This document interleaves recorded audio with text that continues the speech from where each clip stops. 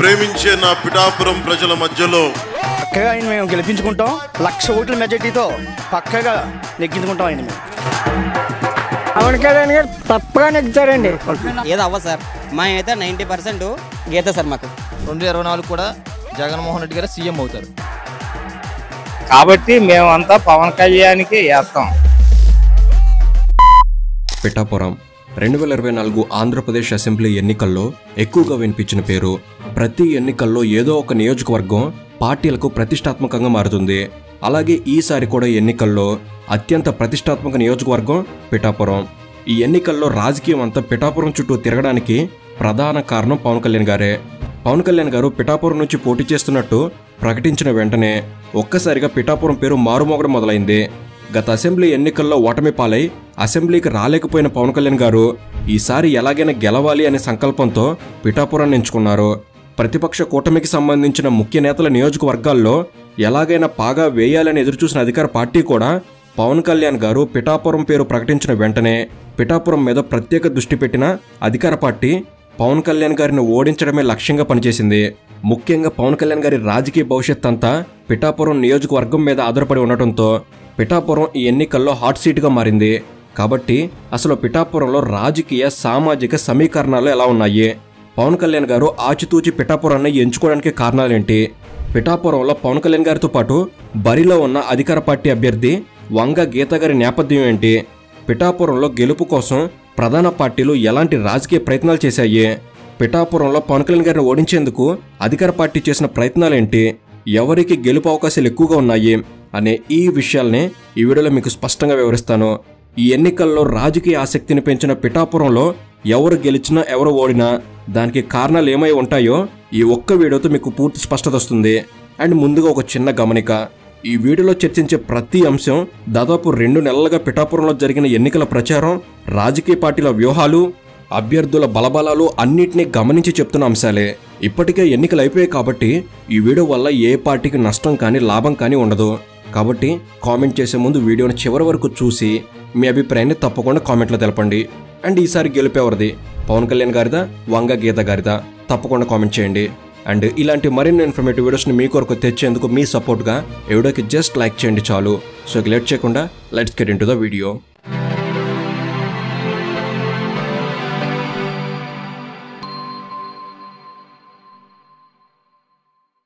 Kakinada parliament పరిధిలో ఉన్న 7 నియోజకవర్గాల్లో పిఠాపురం కూడా ఒకటి. ఉమ్మడి తూర్పుగోదావరి జిల్లాలో సముద్ర తీర ప్రాంతానికి ఆనుకొని ఉన్న పిఠాపురం నియోజకవర్గంలో మొత్తం 3 మండలాలున్నాయి. తూర్పుగోదావరి జిల్లాలోని పిఠాపురం, గొల్లప్రోలు, కొత్తపల్లె ఈ 3 మండలాలని కలిపి 1952లో పిఠాపురం నియోజకవర్గం ఏర్పాటైంది. 1952లో పిఠాపురం నియోజకవర్గం ఏర్పాటైనప్పటి నుంచి 2019 అసెంబ్లీ ఎన్నికలు జరిగే వరకు 16 సార్లు ఎన్నికలు జరిగాయి. మొత్తం 16 సార్లు జరిగిన ఈ ఎన్నికల్లో పిఠాపురం ప్రజలు ఆంధ్రప్రదేశ్లో ఉన్న అన్ని రాజకీయ పార్టీలకు అవకాశం కల్పించారు. కమ్యూనిస్టు పార్టీ, అప్పట్లో ఉన్న ప్రజా పార్టీలతో మొదలుపెట్టి కాంగ్రెస్, బీజేపీ, టీడీపీ, వైఎస్ఆర్సీపీ ఈ ప్రధాన పార్టీలతో పాటు 2009 ఎన్నికల్లో తొలిసారి పోటీ చేసిన ప్రజారాజ్యం పార్టీతో సహా అలాగే ఇండిపెండెంట్ అభ్యర్థులకు కూడా ఎమ్మెల్యేగా అవకాశాలు కల్పించిన విలక్షణమైన చరిత్ర పిఠాపురానికే ఉంది. దాంతోపాటు ప్రతి పార్టీని ఆదరించిన పిఠాపురం ప్రజలు ఏ ఒక్క అభ్యర్థిని కూడా వరుసగా రెండోసారి గెలిపించలేదు. అలాగే ఏ ఒక్క పార్టీకి వరుసగా రెండోసారి గెలిచే అవకాశాన్ని ఇవ్వలేదు. అంటే పిఠాపురం ప్రజలు ప్రతి ఎన్నికల్లో అభ్యర్థుల్ని, పార్టీలను మారుస్తూనే ఉన్నారు. ఇవి క్లుప్తంగా 2019 వరకు పిఠాపురంలో ఉన్న రాజకీయ సమీకరణలు. ఇక సామాజిక సమీకరణాలు గమనిస్తే పిఠాపురం ఆంధ్రప్రదేశ్లో అత్యధిక కాపు ఓటర్లో ఉన్న నియోజకవర్గం. పిఠాపురం నియోజకవర్గంలో తాజా లెక్కల ప్రకారం 2,36,409 మంది ఓటర్లుంటే వారిలో 84,000 మంది కాపు ఓటర్లు ఉన్నారు. ఎస్సీ ఓటర్లు 40,000 మంది ఉన్నారు. మత్స్యకార, శెట్టి, బలిజ మరికొన్ని కులాలు కలుపుకొని బీసీ ఓటర్లు మరో 70,000 మంది ఉన్నారు. రెడ్డి సామాజిక వర్గ ఓటర్లు 10,000 మంది ఉన్నారు. కమ్మ, క్షత్రియ, వైశ్య, బ్రాహ్మణ సామాజిక వర్గాల వారు మరో 10,000 వరకు ఉంటారు. పిఠాపురంలో రెడ్డి, క్షత్రియ సామాజిక వర్గాల వారు సంఖ్యాపరంగా తక్కువ సంఖ్యలో ఉన్నా ఆర్థికంగా, రాజకీయంగా మాత్రం చాలా బలంగా ఉన్నారు. కానీ పిఠాపురంలో విజయం దక్కాలి అంటే సంఖ్యాపరంగా అధికంగా ఉన్న కాపు, బీసీ, ఎస్సీ ఓట్లే కీలకం. అయితే గోదావరి జిల్లాల్లో సామాజిక సమీకరణాలు చాలా సంక్లిష్టంగా ఉంటాయి. ఎస్సీ, బీసీ ఓటర్లు ఎక్కువగా ఓసీలకు వ్యతిరేకంగా ఉంటారు. ఓసీలు ఏ పార్టీకి మద్దతుగా ఉంటారో ఆ పార్టీకి వ్యతిరేకంగా ఎస్సీలు ఓట్లు వేస్తారు. ఇలా జరగడానికి రాజకీయ కారణాలు కాకుండా గ్రామాల్లో కులాల మధ్య జరిగే కొన్ని రకాల అణిచివేత, చిన్నచూపు ధోరణి ఎక్కువగా కారణమవుతుంది. గోదావరి జిల్లాల్లో ఉండే స్థానిక పరిస్థితులు గమనిస్తే ఈ విషయం అర్థమవుతుంది. కాబట్టి కాపులు ఓసీల్లోకే వస్తారు. ఆంధ్రప్రదేశ్లో ముఖ్యంగా గోదావరి జిల్లాలో మెజారిటీ కాపు సామాజిక వర్గం ఈ మధ్య పూర్తిగా జనసేన పార్టీ వెంట ఉండటం, జనసేన పార్టీని తమ సొంత పార్టీగా ఆరాధించడం మొదలుపెట్టారు. మళ్ళీ చెప్తున్నాం, కాపులందరూ ఇలానే ఉన్నారని కాదు, కానీ మెజారిటీ కాపుల అభిప్రాయం ఇది. కాబట్టి పిఠాపురంలో కూడా మెజారిటీ కాపులు జనసేన వైపే ఉన్నారు. కానీ కాపులు అంతగా తమ సొంత పార్టీగా భావిస్తున్న జనసేనకు దాదాపు 40,000 మంది ఓటర్లున్నా ఎస్సీలు మరియు కాపులకు వ్యతిరేకంగా ఉండే మెజారిటీ బీసీలైన శెట్టి బలిజ సామాజిక వర్గం వారు ఎంతవరకు పవన్ కళ్యాణ్ గారితో ఉంటారు అనేది సందేహమే. సరిగ్గా పిఠాపురంలో ఉన్న ఈ సామాజిక సమీకరణాలే పిఠాపురంలో ఏకంగా పవన్ కళ్యాణ్ గారు పోటీ చేసినా కూడా గెలుపు మీద ధీమాగా ఉండలేని పరిస్థితిని కల్పించాయి. అయితే జనసేన పార్టీ తరపున పవన్ కళ్యాణ్ గారు తెలుగుదేశం, బీజేపీలతో పొత్తు కుదర్చడంలో కీలకంగా పనిచేశారు. పొత్తు కుదిర్చే పనిలో కీలకంగా వ్యవహరించి ఎక్కువ నష్టపోయింది జనసేన పార్టీనే అన్న విషయం పవన్ కళ్యాణ్ గారు బహిరంగంగానే అంగీకరించిన రాష్ట్ర భవిష్యత్ కోసం 21 స్థానాలకు అంగీకరించక తప్పలేదని కూడా చెప్పారు. ఇక్కడ రాష్ట్ర భవిష్యత్తుతో పాటు పవన్ కళ్యాణ్ గారి రాజకీయ భవిష్యత్తు, ఆయన స్థాపించిన జనసేన రాజకీయ మనుగడ, ఈ 2 అంశాలు కూడా పవన్ కళ్యాణ్ గారు తక్కువ స్థానాలకు అంగీకరించడంలో ఉన్నాయి. ఈ విషయం పవన్ కళ్యాణ్ గారి అభిమానులు అంగీకరించకపోయినా రాజకీయాలను ముందు నుంచి గమనిస్తున్న ఎవరికైనా అర్థమవుతుంది. అయితే పవన్ కళ్యాణ్ గారు ఇంతలా ఆలోచించి రాజకీయంగా నష్టం జరిగినా భరించి 21 స్థానాల్లో మాత్రమే పోటీకి అంగీకరించినా కూడా పవన్ కళ్యాణ్ గారు మాత్రం ఎక్కడి నుంచి పోటీ చేయబోతున్నారు అనే అంశం మీద క్లారిటీ లేదు. గతంలో పోటీ చేసిన భీమవరం, గాజువాకల్లో ఏదో ఒక స్థానం నుంచి పోటీ చేస్తారనుకున్నారు. కానీ భీమవరం నుంచి పులవర్తి ఆంజనేయులు గారిని బరిలో ఉంచుతున్నట్లు ప్రకటించారు. మరోవైపు గాజువాక అసెంబ్లీ నుంచి టీడీపీ తమ అభ్యర్థిని ప్రకటించింది. దాంతో పవన్ కళ్యాణ్ గారు పోటీ చేసే స్థానం మీద మరింత ఉత్కంఠ పెరిగింది. ఇక అందరూ ఊహించినట్టే 2024 మార్చి 14న పవన్ కళ్యాణ్ గారు తాను పిఠాపురం నుంచి పోటీ చేస్తున్నట్లు స్వయంగా ప్రకటించారు. దాంతో పిఠాపురం నియోజకవర్గం ఒక్కసారిగా పొలిటికల్ పాపులారిటీని సాధించింది. ఆ రోజు నుంచి పిఠాపురం పేరు మారు మోగిపోతూనే ఉంది. పవన్ కళ్యాణ్ గారు పిఠాపురం నుంచి ఎమ్మెల్యేగా పోటీ చేస్తున్నాను అని ప్రకటించిన వెంటనే పిఠాపురం టీడీపీ నాయకులు పెద్ద ఎత్తున ఆందోళనకు దిగారు. పిఠాపురం నుంచి టీడీపీ టికెట్ ఆశించిన పిఠాపురం మాజీ ఎమ్మెల్యే ఎస్వీఎస్ఎన్ వర్మ అనుచరులు మంగళగిరిలో టీడీపీ ఆఫీస్ ముందు టీడీపీ జెండాలు, ఫ్లెక్సీలు తగలబెట్టి నిరసన తెలియజేశారు. దాంతో పిఠాపురం టీడీపీ నాయకులను సముదాయించడం, వారితో సమన్వయం చేసుకుంటూ ఎన్నికల్లో కలిసి వచ్చేలా ఒప్పించడం పవన్ కళ్యాణ్ ముందున్న అతిపెద్ద సవాల్గా మారింది. ఒక దశలో ఎస్వీఎస్ఎన్ వర్మ గారు ఇండిపెండెంట్గా పోటీ చేస్తారు అనే వార్తలు కూడా వచ్చాయి. పిఠాపురంలో వర్మ చాలా పట్టున్న నాయకుడు. 2009లో టీడీపీ నుంచి పోటీ చేసి కేవలం 1036 ఓట్ల మెజారిటీతో ఓడిపోయాడు. కానీ 2014లో అదే టీడీపీ పార్టీ వర్మకు టికెట్ నిరాకరిస్తే ఇండిపెండెంట్గా పోటీ చేసి టీడీపీ, వైఎస్ఆర్సీపీ పార్టీల కన్నా 47,000 పైచిలకు ఓట్ల మెజారిటీ సాధించి తానేంటో నిరూపించుకున్నాడు. మొత్తం పిఠాపురం చరిత్రలోనే అత్యధిక మెజారిటీతో గెలిచిన వ్యక్తి ఎస్వీఎస్ఎన్ వర్మ గారు. ఇక 2014లో టీడీపీ అధికారంలోకి రావడంతో ఇండిపెండెంట్గా గెలిచిన వర్మ తిరిగి టీడీపీలోనే చేరి ఎమ్మెల్యేగా కొనసాగాడు. 2019లో టీడీపీ టికెట్ మీద మళ్లీ పోటీ చేసి వైఎస్ఆర్సీపీ అభ్యర్థి, ప్రస్తుత పిఠాపురం సిట్టింగ్ ఎమ్మెల్యే పెండెన్ దొరబాబు చేతిలో ఓడిపోవడం జరిగింది. కానీ వర్మ మాత్రం గత 5 సంవత్సరాల నుంచి పిఠాపురం నియోజకవర్గంలో టీడీపీ ఇన్ఛార్జిగా కొనసాగుతూ పార్టీ కార్యక్రమాలు నిర్వహిస్తూ వస్తున్నాడు. ఈసారి కూడా పిఠాపురం నుంచి టీడీపీ తరపున తానే బరిలో ఉంటానని ఆశించిన వర్మకు పొత్తులో భాగంగా పవన్ కళ్యాణ్ గారు పిఠాపురం నుంచి పోటీ చేస్తున్నట్టు ప్రకటించడంతో వర్మ ఆగ్రహానికి గురయ్యాడు. దాంతో స్వయంగా చంద్రబాబు నాయుడు గారే వర్మని పిలిపించుకుని బుజ్జగించాల్సిన పరిస్థితి వచ్చింది. ఒకవేళ వర్మ గాని పవన్ కళ్యాణ్ గారికి వ్యతిరేకంగా నామినేషన్ వేసుంటే కూటమి కోసం ఎంతో త్యాగం చేసిన పవన్ కళ్యాణ్ గారి కోసం తమ అభ్యర్థికి సర్ది చెప్పలేకపోయారు, పవన్ కళ్యాణ్ గారిని ఓడించేందుకు టీడీపీ కూడా వర్మను ప్రోత్సహిస్తుంది అని ఇలా రకరకాల విమర్శలు ఎదుర్కోవాల్సి వచ్చేది. ఇలాంటి విమర్శలు రాకుండా ప్రభుత్వం ఏర్పడిన వెంటనే మొట్టమొదటి ఎమ్మెల్సీ పదవి వర్మకి ఇస్తామని మాట ఇచ్చి వర్మను చంద్రబాబు గారు ఒప్పించగలిగారు. కానీ అధికార పార్టీ మాత్రం కూటమిని ఇరుకుని పెట్టే అవకాశాన్ని వదులుకోలేక వర్మను తమ వైపు తిప్పుకునేందుకు లేదా ఇండిపెండెంట్గా పోటీ చేయించేందుకు చాలా ప్రయత్నాలు చేసింది. ఏకంగా వర్మ వైఎస్ఆర్సీపీలోకి వస్తున్నట్టు మీడియాలో వార్తలు కూడా ప్రచారమయ్యాయి. కానీ వర్మ మాత్రం అధికార పార్టీ ప్రలోభాలకు లొంగకుండా ఆఖరి వరకు పవన్ కళ్యాణ్ గారి గెలుపు కోసం పనిచేశారు. ఇక పవన్ కళ్యాణ్ గారు టీడీపీ టికెట్ ఆశించిన వర్మ నుంచి వచ్చిన ప్రతిఘటననే అధిగమించారు. కానీ అధికార పార్టీ మాత్రం పవన్ కళ్యాణ్ గారిని ఓడించేందుకున్న ప్రతి అవకాశాన్ని ఉపయోగించుకుంది. 2014లోనే జనసేన పార్టీ ఆవిర్భవించిన ఆ ఎన్నికల్లో పోటీకి దూరంగా ఉంది. కానీ 2019 నుంచి ప్రత్యక్ష రాజకీయాల్లో పోటీ చేయడం మొదలుపెట్టిన జనసేన పార్టీ పోటీ చేసిన మొదటి ఎన్నికల్లో ఘోరంగా విఫలమైంది. ఏకంగా పార్టీ అధినేత పవన్ కళ్యాణ్ గారు పోటీ చేసిన 2 నియోజకవర్గాల్లో ఓడిపోయారు. అలా పార్టీ అధినేత కూడా పోటీ చేసిన నియోజకవర్గాల్లో ఓడిపోవడం పరువుకు భంగం కలిగించే అంశం అవుతుంది. కానీ పవన్ కళ్యాణ్ గారు మాత్రం 2019 నుంచి గెలుపోవడంతో సంబంధం లేకుండా ప్రజల్లో ఉంటూ వస్తున్నారు. అధికార పార్టీ చేసే తప్పులను ప్రజలకు వివరిస్తూ ఎప్పటికప్పుడు ప్రజల్లో చైతన్యం నింపే ప్రయత్నం చేస్తున్నారు. ఈ క్రమంలో పవన్ కళ్యాణ్ గారు అధికార పార్టీకి చాలా ఇబ్బందిగా మారారు. ఇలా గత 5 సంవత్సరాలుగా పవన్ కళ్యాణ్ గారు ఎటువంటి రాజకీయ పదవి లేకపోయినా రాజకీయంగా మాత్రం చాలా ఎదిగారు. దాంతో పవన్ కళ్యాణ్ గారి మీద వ్యక్తిగతంగా విమర్శలు చేసేదాకా పరిస్థితి వచ్చింది. ఇక 2024 ఎన్నికలు వచ్చేసరికి పవన్ కళ్యాణ్ గారికి తప్పకుండా గెలవాల్సిన పరిస్థితి ఏర్పడింది. 2019లో పవన్ కళ్యాణ్ గారి ఓటమిని చాలామంది సమర్థించారు. కానీ 2024లో వచ్చేసరికి ఈ 5 సంవత్సరాల్లో పవన్ కళ్యాణ్ గారు రాజకీయంగా సాధించిన గుర్తింపుని, ఆయన రాజకీయ ఎదుగుదలను నిరూపించుకోవాలి అంటే ఈ ఎన్నికల్లో ఖచ్చితంగా గెలవాల్సిన అవసరం ఉంది. అదీ కాక పవన్ కళ్యాణ్ గారి రాజకీయ భవిష్యత్తు, జనసేన పార్టీ రాజకీయ మనుగడ 2024 ఎన్నికల్లో ఆయన గెలుపు మీద ఆధారపడి ఉన్నాయి. కాబట్టి అధికార వైఎస్ఆర్సీపీ పవన్ కళ్యాణ్ గారిని ఓడించేందుకు ఉన్న ప్రతి అవకాశాన్ని ఉపయోగించుకునే ప్రయత్నం చేసింది. పిఠాపురం మీద ప్రత్యేక శ్రద్ధ పెట్టేలా చేసింది. ఇక ఎప్పుడైతే పవన్ కళ్యాణ్ గారు పిఠాపురం నుంచి పోటీ చేస్తున్నట్లు ఊహాగానాలు మొదలయ్యాయో వెంటనే అధికార వైఎస్ఆర్ కాంగ్రెస్ పార్టీ అప్రమత్తమయ్యింది. పూర్తిగా పిఠాపురంలో ఉన్న రాజకీయ పరిస్థితుల్ని అంచనా వేసి సిట్టింగ్ ఎమ్మెల్యే పెండెం దొరబాబుని తప్పించి కాపు సామాజిక వర్గంలో బలమైన నాయకురాలు ప్రస్తుత కాకినాడ ఎంపీ వంగ గీతను పిఠాపురం నుంచి తమ అభ్యర్థిగా ప్రకటించింది. వంగ గీత గారు రాజకీయంగా చాలా అనుభవం ఉన్న నాయకురాలు.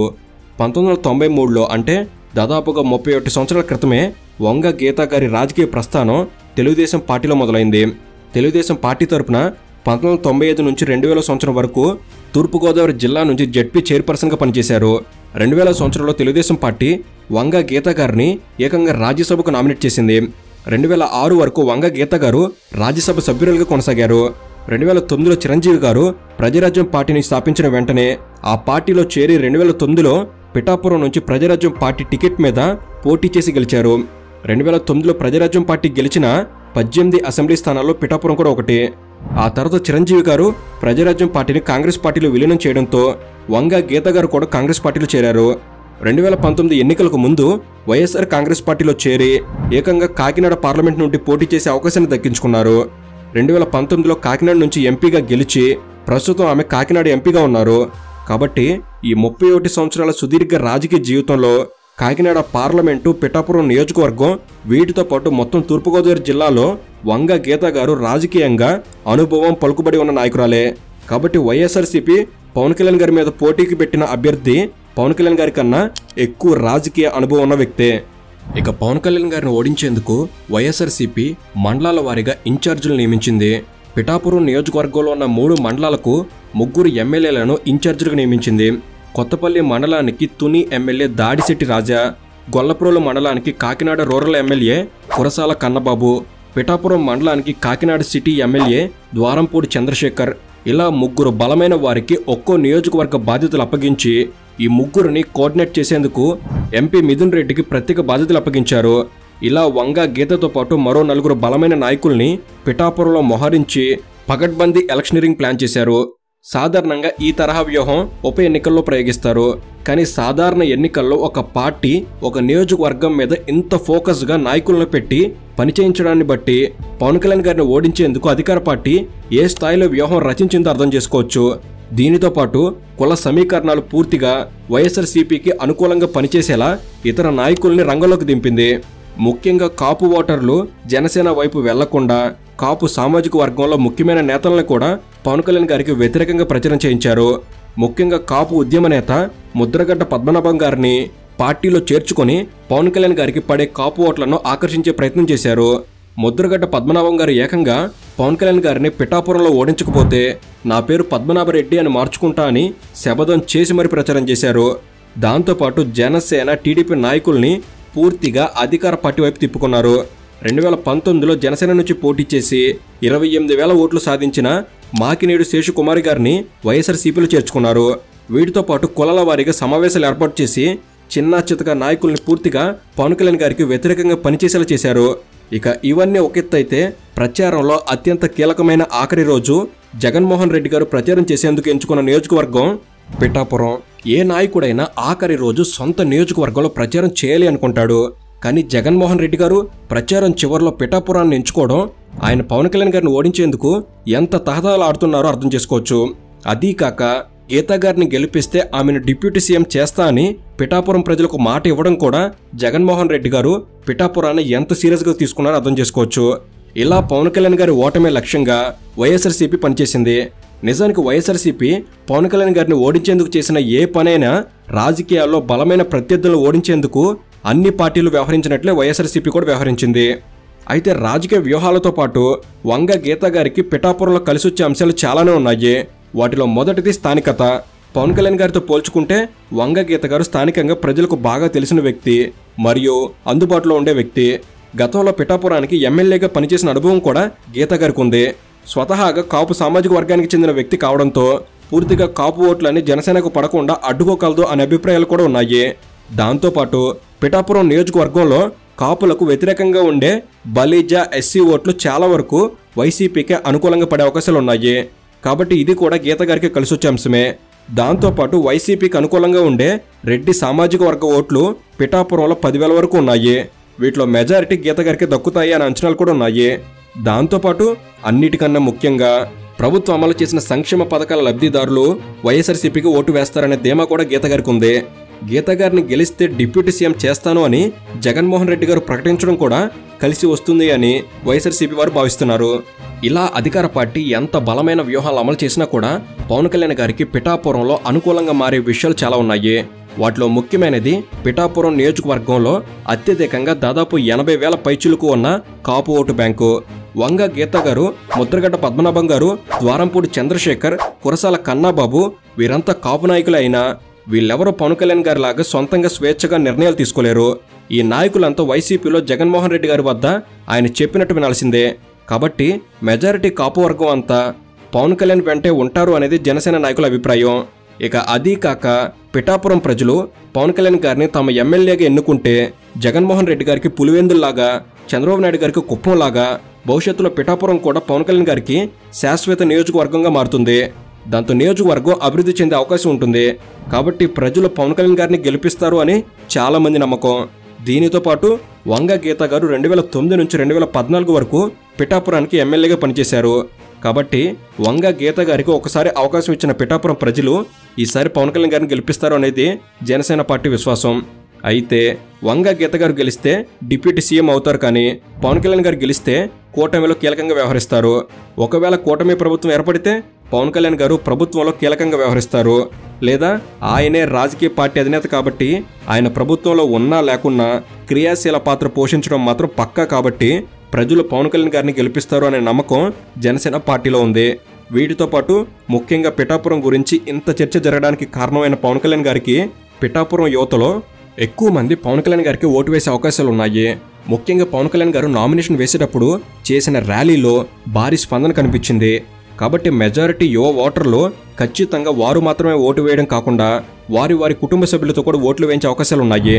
పవన్ కళ్యాణ్ గారికి యువత నుంచి పడే ఓట్లలో కుల సమీకరణాలు ఏవి పనిచేయవు.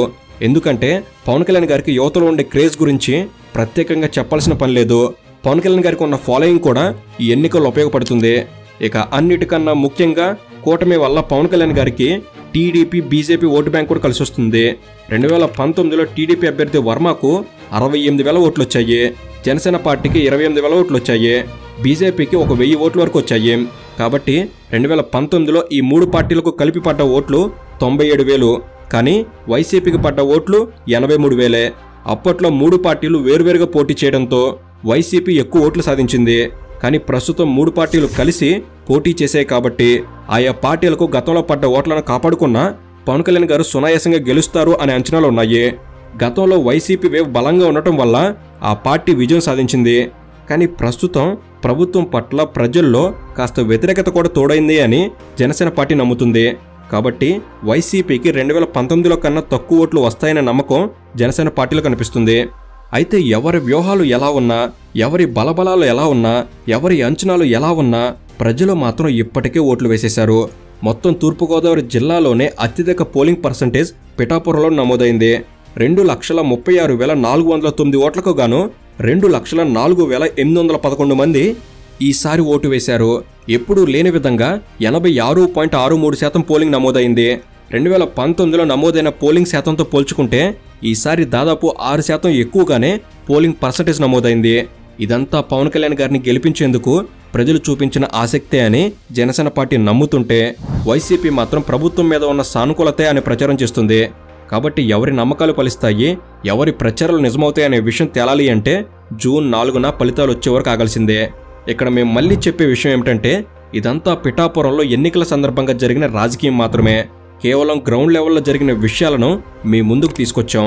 కాబట్టి మేము పలానా పార్టీకి అనుకూలంగా మాట్లాడాం లేదా పలానా పార్టీకి వ్యతిరేకంగా మాట్లాడామని మీరు భావిస్తే మేము చెప్పేది ఒక్కటే, ఇప్పటికే ఎన్నికలైపోయాయి, ప్రజలు ఓట్లు వేశారు. కాబట్టి ఈ వీడియోలో మేము చెప్పిన విషయాల వల్ల గెలుపు ఓటంలో తారుమారు కావు. ఈ వీడియో వల్ల ఒక్క ఓటు కూడా ప్రభావితం కాదు. సో ఈ గ్రౌండ్ లెవెల్లో ఉన్న అన్ని విషయాలు మీకు తెలిపాం. కాబట్టి ఇప్పుడు మీరే చెప్పవచ్చు, ఈసారి పిఠాపురంలో గెలుపెవరిది? జనసేన నేత పవన్ కళ్యాణ్ గారిదా లేదా వైఎస్ఆర్సీపీ ఎమ్మెల్యే వంగ గీత గారిదా? తప్పకుండా కామెంట్ చేయండి. అండ్ ఈ వీడియో అనేది మీరు కొన్ని కొత్త విషయాలు తెలుసుకోవడంలో ఎంతో కొంత ఉపయోగపడింది అని భావిస్తున్నాను. ఈ వీడియో కనుక మీకు నచ్చినట్లయితే జస్ట్ లైక్ చేయండి చాలు. అండ్ మరొక కొత్త ఛానల్లో కూడా జనసేన పార్టీ ప్రయాణం ఎలా మొదలైంది, ఇప్పటి వరకు జనసేన పార్టీ సాధించిన విజయాలేంటి అనే విషయాల్ని తెలపడం జరిగింది. దానికి సంబంధించిన వీడియో లింక్ని కూడా కింద డిస్క్రిప్షన్లో ఉంచుతాను, మీరు తప్పకుండా చూడవచ్చు. అండ్ ఇలాంటి మరిన్ని ఇన్ఫర్మేటివ్ వీడియోస్ని మీరు పొందేందుకు తప్పకుండా మన తెలుగు ఛానల్ని సబ్స్క్రైబ్ చేసుకుని బెల్ని ఆల్లో పెట్టుకోగలరని మనవి.